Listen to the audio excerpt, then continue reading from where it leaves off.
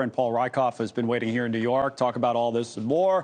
Host of the Independent Americans podcast. Always good to see you. Let's start with hostages, all right? Because Robert was just talking about it. This idea that maybe there is some reason for hope. You have the Hamas leader in Egypt again, and maybe we pause the fighting again. Maybe there's more hostage negotiations. How do you think this plays out?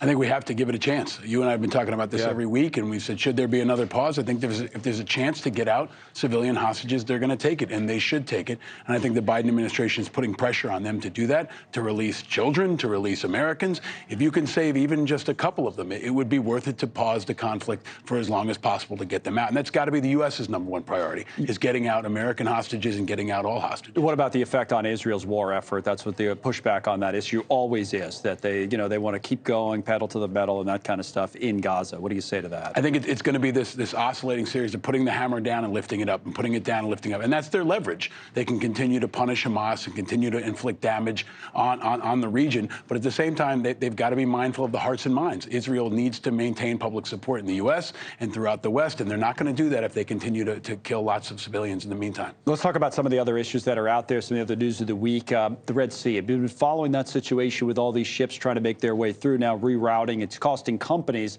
a lot of money. It's having an effect, say, on oil prices, which are starting to go up.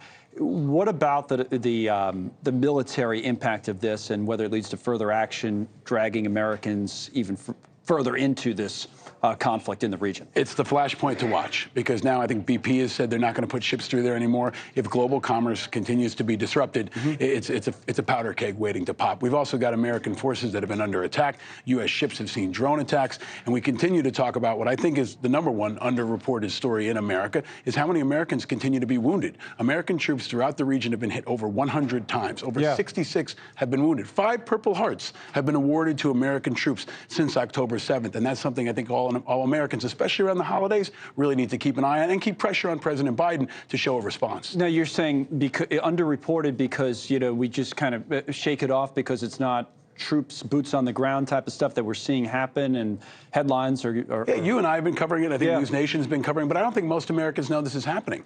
It's not like the days of Iraq and Afghanistan where we got daily casualty figures. You're not seeing names in the paper, and most folks don't have their sons and daughters in harm's way. But less than 1% of our country does have children in uniform, and this holiday they're going to have an empty seat at their dinner table, and they're going to be worried if they're being wounded or potentially killed in a place like Syria, Iraq, or anywhere in that region. And the push to do more, you even talked about it again, that the response from President Biden, the risk obviously, and the administration has talked about this, is that they don't want to get into a wider war, to our earlier points. So how do you balance that? Biden and Secretary Austin are trying to keep a lid on this, but at the same time, we have to show that there's repercussions for wounding Americans. We can't continue to get punched in the face and not punch back. So I think there should be a stronger military response on the Houthis and on any Iranian-backed militia forces that take a shot at America. The world needs to know that America is not weak, and we will punch back, especially if our troops are hit. All right, let's talk about Ukraine for a couple of minutes as well, because speaking of issues that maybe don't get enough attention, but now are, with President Zelensky coming here, then going to Europe, and now these negotiations that are happening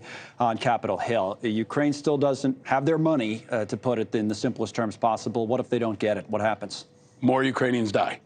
They run low on ammunition, they run low on administrative support, they run low on aviation support, and Putin gains an upper hand. So it's clear now Zelensky left Washington without any kind of Christmas miracle.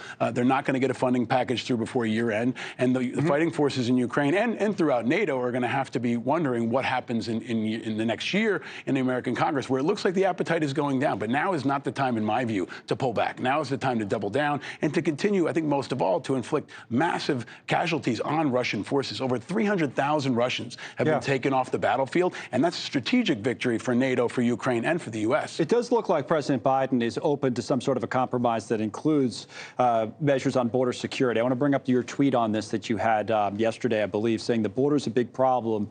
So is Putin, but linking the two into one congressional funding bill, that's also a huge problem, and one Biden might not be able to overcome. I mean, politically? Yeah, we're going to have to see, right? Can he split the difference here? He's going to have to give on the border to get something through for Ukraine. In the past, he hasn't been willing to do that. The Democrats haven't been willing to do that. But with a new speaker, it may be the only path forward to Ukraine. I would argue you should split the two, let people vote on each. But the new speaker said he won't do that. And this is going to be a political showdown. In the midst of all the other military showdowns, we're going to have a political showdown that's going to be our new normal. normal for 2024 and beyond. I'll cover one more topic. We're getting our money's worth. It's like one of your podcast episodes, Sure. The Independent Americans today. There have been multiple reports now to suggest that when President Biden and President Xi Jinping of China got together, Xi pretty much telegraphed what he wanted to do, saying that he was planning to, quote unquote, reunify China with Taiwan.